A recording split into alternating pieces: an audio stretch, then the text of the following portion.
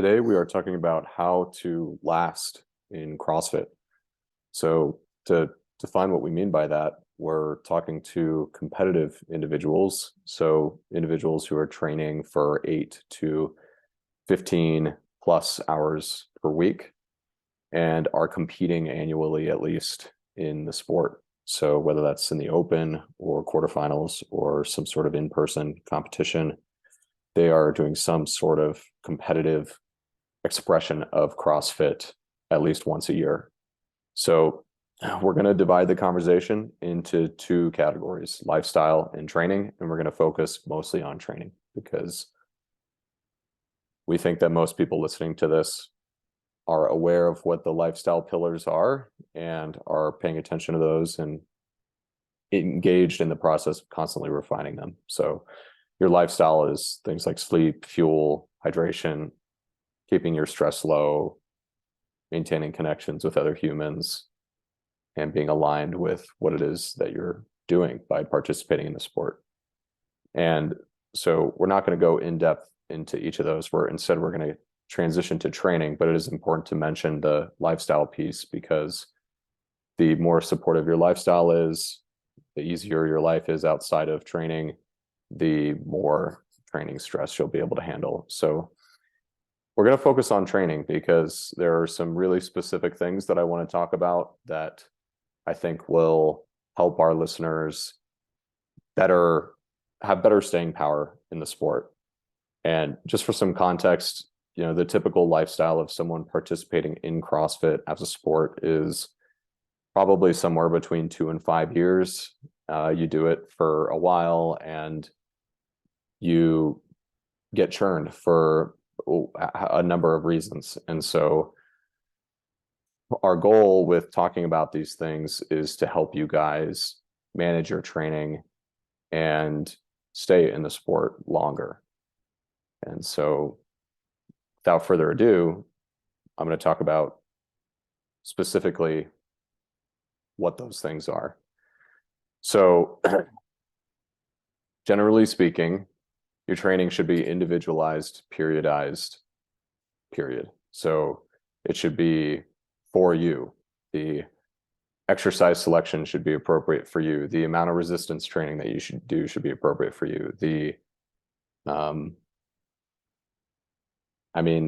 kind of goes without saying, but those things are definitely the most important. So the easy way to do that is to hire a coach and delegate that part and have a coach do that for you. Or in the future, it'll be some form of artificial intelligence that's doing all of the program design.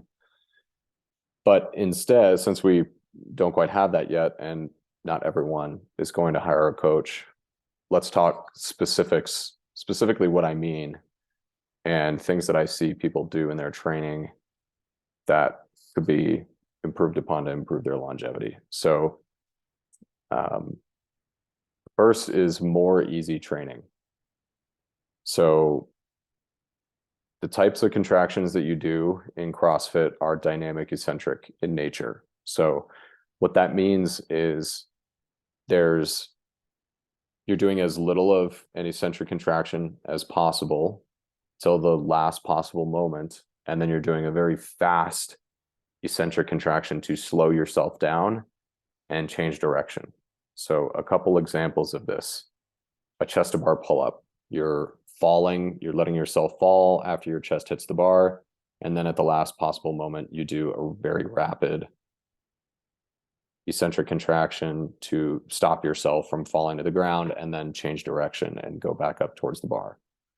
So a burpee, you're going towards the ground and you don't slow yourself down at all until the last possible moment when your chest hits the ground and you need to change direction to go back up. So those are all examples of dynamic eccentric contractions. Wall ball, you're descending as fast as possible into the hole till the last possible moment, and then you're rebounding out of the hole, and pretty much all the squatting that you do in CrossFit looks like that. So the thing about dynamic eccentrics is they're very fatiguing from a central perspective. So there's something about that dynamic eccentric contraction that demands a lot of your central nervous system. There's something about that that athletic looking movement that wears you out. So there's a high fatigue cost to dynamic eccentric contractions, and dynamic eccentrics put a greater stress on connective tissue than pretty much every other type of contraction that you could do, whether it's slow eccentric or concentric only or isometric, whatever other type of contraction you want to talk about. Dynamic eccentrics, of all of those, put the greatest stress on connective tissue. So we have a type of contraction that is very high fatigue cost, and that has the greatest stress on connective tissue of any type of contraction. And our sport is essentially made up of all of that type of contraction. It's all dynamic eccentrics. So what do we do about that? Well, we're going to do less dynamic eccentrics in the off season. So what are some practical ways that this comes into play? You're generally speaking going to do more cyclical work. Most competitors I talk to or see in gyms, they're doing a ton of mixed work, and they're doing a ton of mixed work all year round, and they're not doing nearly as much cyclical work as they could be doing. So when I say cyclical, we just mean monostructural on the machines. So by introducing the machine, what you do is you take away all of the eccentric portion of the contraction. So the machine allows you to perform work that is concentric only. And so it's a lot less fatiguing from a central perspective. It'll leave you a lot more central drive, neural drive for your strength work. And it's allowing you to accumulate contractions and aerobic work and practicing your paces without nearly the same fatigue cost. So generally speaking, most CrossFitters need more cyclical work than they're doing right now, and less mixed work than they're probably doing right now. Okay.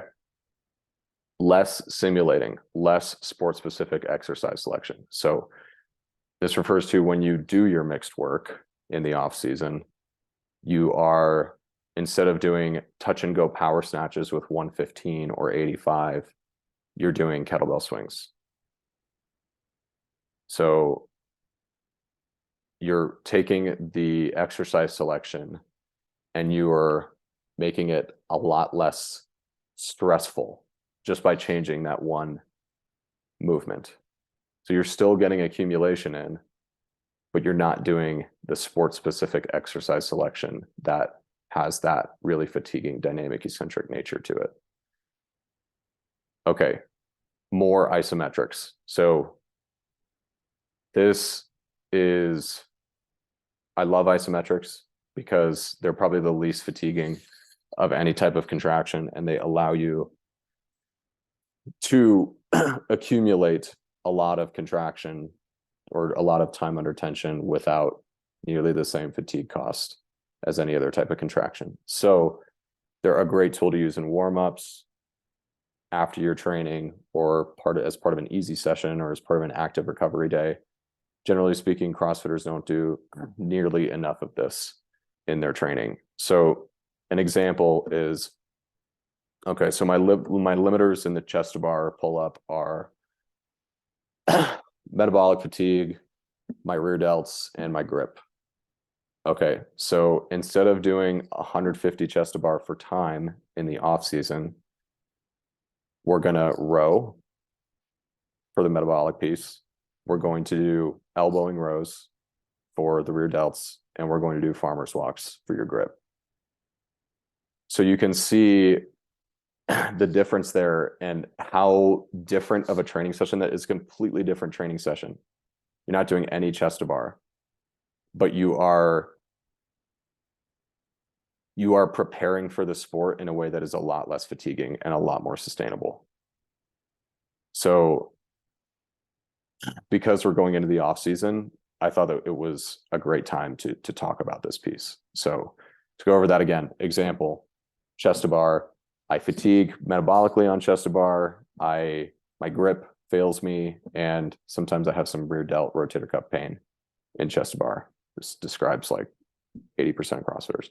It's like, okay, so we're not going to do 150 chest to bar in a session during the off season. Instead, we're going to row for the metabolic piece for the reasons we talked about before. It's concentric based.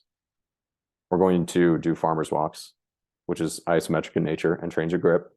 And we're going to do elbowing rows, which makes your rear delt more resilient so that it's less likely to cause you discomfort when you're doing chest to bar.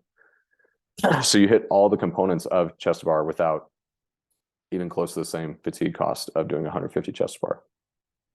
So that's an example of breaking down what is limiting you inside a particular movement or inside a particular test inside the sport. And instead of just doing 150 chest to bar twice a week, which inevitably will just lead to breakdown for most individuals. There are exceptions, but for most individuals, that's not going to work. So you can take that task and say, okay, how do I need to approach this so that I'm addressing what's limiting me, but in a way that is a lot less fatiguing and a lot more sustainable. Okay. So more easy training, less dynamic eccentrics.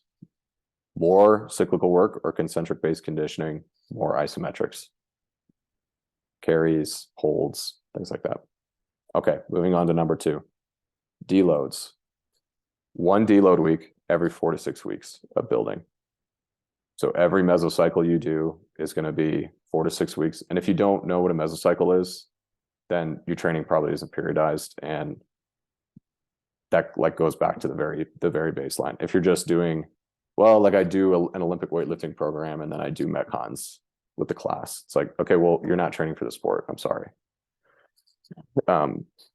That's not training for the sport. So yeah. Okay. All right. So deloads, 1 deload week every 4 to 6 weeks of building. So this is something that I wish I knew earlier on. I wish I had done it both as an athlete and then as a coach with our clients. So generally speaking, if you feel like you don't need a deload once every 4 to 6 weeks, then I think you could apply more intent into each mesocycle. So I think you should get to the end of a mesocycle looking forward to that deload. And so essentially what this allows you to do is higher peaks per mesocycle because you have the deload, rather than going like a 6-month build phase without any deload whatsoever. So this is just a best practice that I think that CrossFit misses. A lot of people participating in CrossFit don't deload. Well, a lot of people participating in CrossFit don't deload ever because it's like sacrilege. But generally speaking, if you're an athlete and you're applying great intent to each mesocycle, then every 4 to 6 weeks, you're going to want a deload. Like you're as an athlete, or if you're a coach, your client should be wanting that deload every 4 to 6 weeks. So what does a deload week look like? Reference part A. More easy training, less dynamic eccentrics. More cyclical work, more isometrics, less sport-specific exercise selection. Okay. All right. Moving on to number 3. Practice paces without fatigue cost. So right now, people trying to compete in the sport, they are either doing AMRAP 15 or zone 2. So they practice their AMRAP 15 pace, say it's 15 reps a minute, and they finish that AMRAP and they're like, oh, I'm gassed, I'm super tired, like, and you got 15 minutes in at 15 reps a minute. Whereas if you had done 10 sets of AMRAP 3, rest 130, then you would have gotten 30 minutes in at the same pace that you did that AMRAP 15 in. So you would have got twice the amount of work in at the same pace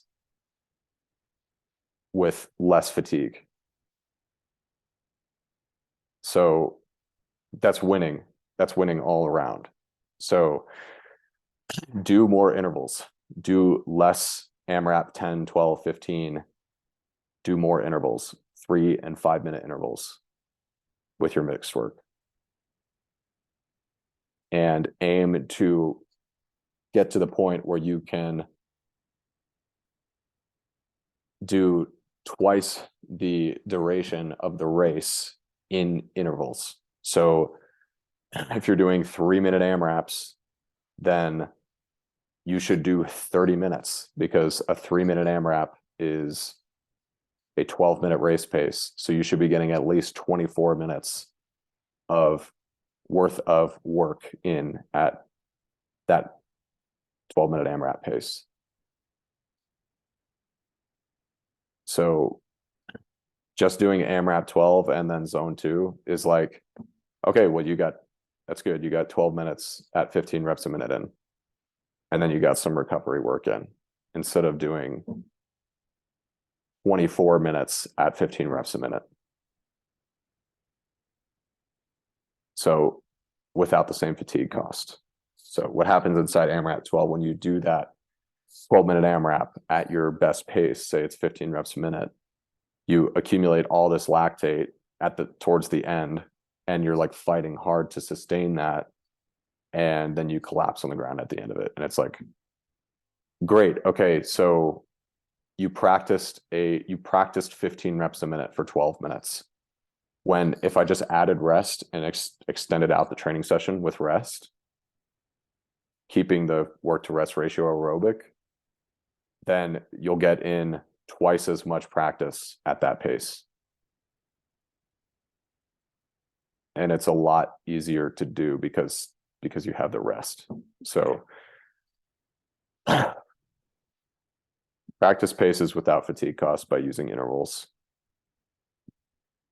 Okay, and that's it. So more easy training, less dynamic eccentrics, deloads every 4 to 6 weeks, practice paces without fatigue.